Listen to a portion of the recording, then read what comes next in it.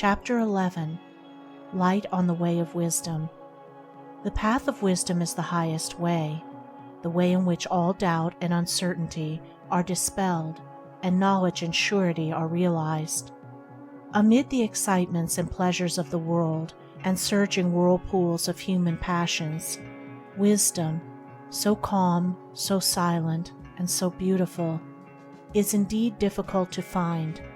Difficult, not because of its incomprehensible complexity, but because of its unobtrusive simplicity, and because self is so blind and rash, and so jealous of its rights and pleasures. Wisdom is rejected of men, because it always comes right home to one's self in the form of wounding reproof, and the lower nature of man cannot bear to be reproved. Before wisdom can be acquired, self must be wounded to the death, and because of this, because wisdom is the enemy of self, self rises in rebellion and will not be overcome and denied. The foolish man is governed by his passions and personal cravings. When about to do anything, he does not ask, "Is this right?" but only considers how much pleasure or personal advantage he will gain by it. He does not govern his passions and act from fixed principles, but is the slave of his inclinations and follows where they lead. The wise man governs his passions and puts away all personal cravings.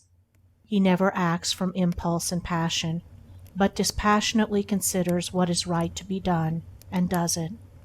He is always thoughtful and self-possessed, and guides his conduct by the loftiest moral principles. He is superior to both pleasure and pain. Wisdom cannot be found in books or travel, in learning or philosophy. It is acquired by practice only. A man may read the precepts of the greatest sages continually, but if he does not purify and govern himself, he will remain foolish. A man may be intimately conversant with the writings of the greatest philosophers, but so long as he continues to give way to his passions, he will not attain wisdom. Wisdom is right action, right doing. Folly is wrong action, wrong doing.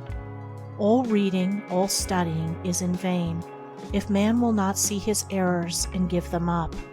Wisdom says to the vain man, "Do not praise yourself." To the proud man, "Humble yourself." To the gossip, "Govern your tongue." To the angry man, "Subdue your anger." To the resentful man, "Forgive your enemy." To the self-indulgent man, "Be temperate."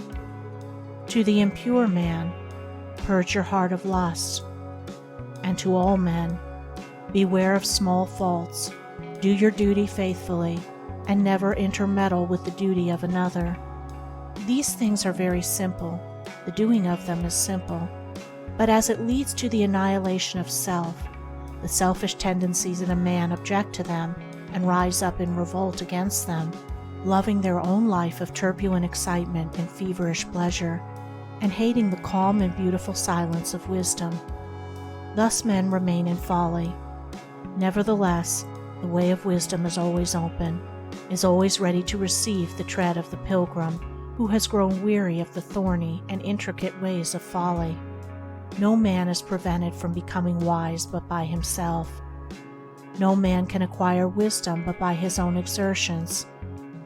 And he who is prepared to be honest with himself, to measure the depths of his ignorance, to come face to face with his errors, to recognize and acknowledge his own faults, and at once to set about the task of his own regeneration, such a man will find the way of wisdom. Walking with humble and obedient feet, he will in due time come to the sweet city of deliverance.